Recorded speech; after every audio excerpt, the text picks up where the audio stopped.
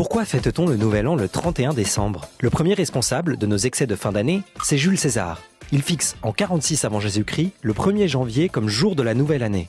Cette date correspond au jour d'investiture des consuls qui, dans la Rome antique, prennent le pouvoir pour 1 an. C'est aussi le moment où l'on fête l'allongement de la durée des jours après le solstice d'hiver.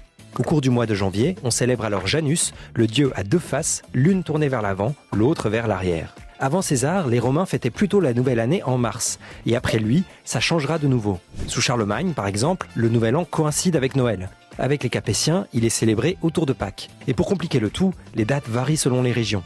Il faudra attendre le XVIe siècle pour que le pouvoir impose une date définitive.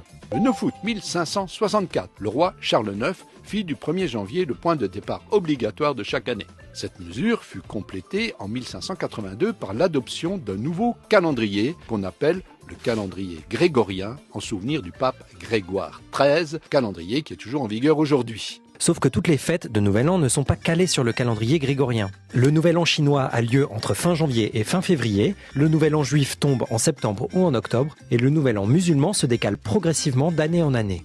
Alors pourquoi tant de fêtes de Nouvel An ? Bien sûr, il y a des raisons culturelles et religieuses. Mais pour mieux comprendre, il faut se pencher sur l'origine des différents calendriers. Le calendrier est d'abord une opération intellectuelle, très ancienne, fondée sur le découpage du temps en cellules distinctes que la plupart des sociétés humaines s'est appliquée à faire. Il s'agit à l'origine d'organiser notamment les cultes religieux et la vie sociale en observant les mouvements naturels des corps célestes. On trouve 2 grandes catégories de calendrier. Le calendrier solaire, c'est-à-dire basé sur le temps que la Terre met pour faire le tour du Soleil, et le calendrier lunaire, soit le temps d'une lunaison. Ainsi, les 2 calendriers ne se superposent pas totalement, un mois de calendrier solaire n'étant pas égal à un cycle lunaire. D'où les fêtes de Nouvel An mobiles dans l'année grégorienne.